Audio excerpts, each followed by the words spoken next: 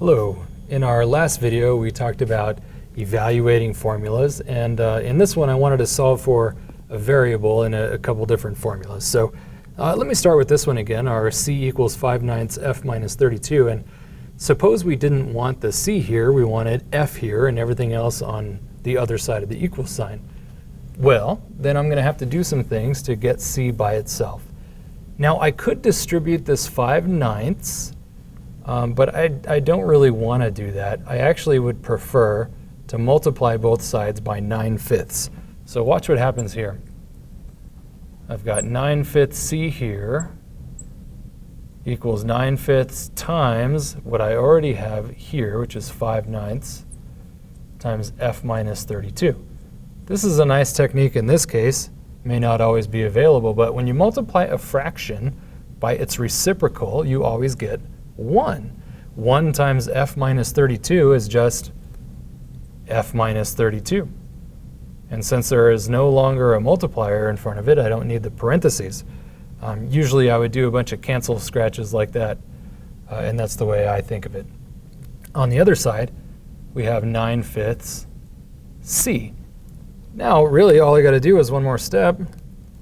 Let's go ahead and add 32 to both sides. Add 32 over here somewhere. It doesn't really go with the c because it's not a like term.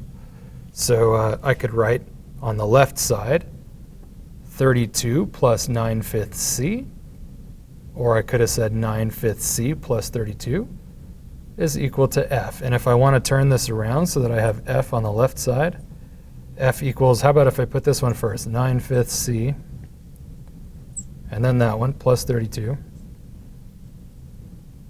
There we go. We have solved for f. And now we have a new formula where we have f in terms of c. Now, why would we want to do that? Suppose we had a bunch of data. Suppose we had a bunch of Celsius temperatures that we wanted to convert into Fahrenheit temperatures. Then this is the easier to use formula with that list of data. If it were the other way around, the other one would be easier to use. Now, one thing I should point out that when you're solving for a formula, you're really just doing the same things you would be as if you were solving an equation for a number. That means you can add add the same thing to both sides of the equation. You can multiply the same thing to both sides of the equation. All the properties of equalities still hold true. So that's this one. Let's try a different one. How about an energy equation? How about E equals kinetic energy plus potential energy, and we'll use 1/2 mv squared for the kinetic energy plus mgh for the potential energy. There's my kinetic, there's my potential for non-relativistic speeds. Have fun with that later. But so here's an energy equation, and suppose we want to know what h is in terms of the rest of that stuff there. So if I wanted to solve for h, then what I don't want is this other term around. So let me get rid of that first. I'm going to subtract 1/2 mv squared. But if I do that here, I got to do it over here on this side of the equation. Okay. So e minus this, I'm just going to write it out. It is now e minus 1/2 mv squared. On the other side of the equal sign, I have mgh, and that's it. Now we've got a couple things that are multiplied by h, so I'm going to divide to undo that product, that multiplication. And I can divide by both of these things at the same time, or even think about it as an entire unit all by itself. On the left side, I can just put a bar under everything saying I'm dividing everything by mg, that same thing that I'm dividing by on the other side. Cancel, cancel, and there it is. H is equal to this stuff over here. And I'll write it the other way around just to correspond to our left to right way of doing things, I suppose. H equals that stuff we got over here, e minus 1/2 mv squared all over mg. And that's a perfectly fine way of leaving it. There are always, well, often more ways to simplify this side of the equation, but leaving it like that seems okay with me for now. Suppose we wanted to solve for a different variable, however, with that same equation. So let me just write it down again real quick over here. mv squared plus mgh. Suppose we wanted to solve for v instead. We have v squared here. Well, I'm going to apply the same idea first and subtract the mgh because it's an extra term that does not include my variable, so it's kind of hanging out over there. I don't really want it over there. Let's get it on the other side.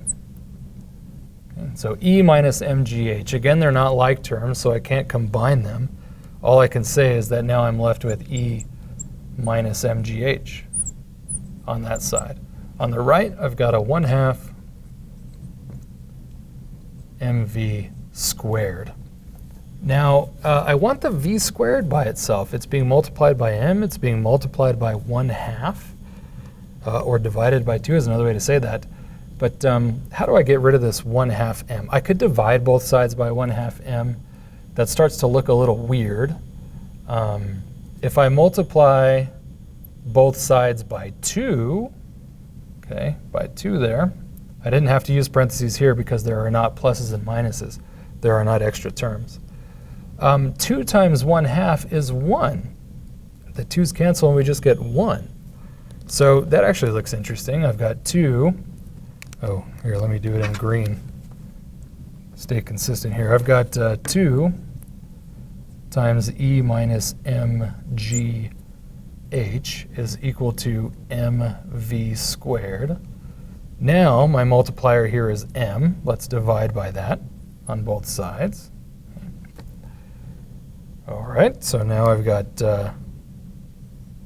2 times e minus mgh all over m is equal to v squared. And I only really have one more thing to do, and that is, how do I undo a square? I take a square root. So I'm going to take a square root of this side and take a square root of this side. Now technically when you do that, you should put a plus and a minus. Given the context, you may not use one of those. You may not use the minus, but that's what you should do when you take a root. And so the square root of v squared is v. So now I can say, if I have enough space down here, I hope, ooh, I'm running out of space. That's okay. I can say v is equal to plus and minus the square root of 2 times e minus mgh all over m. Now, you might be thinking this one looked kind of complicated. It wasn't too bad, I don't think. But what I can tell you is that solving for formulas solving for a variable in a formula can become insanely complicated. So it just really depends on the formula you're starting with.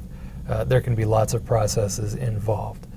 But the essential idea is that you can use the properties of equality to move things around, to undo operations, to eventually get to the variable that you're looking for, just like you would if you were solving an equation with just numbers. So, thanks for watching this one. I hope it was helpful in some way.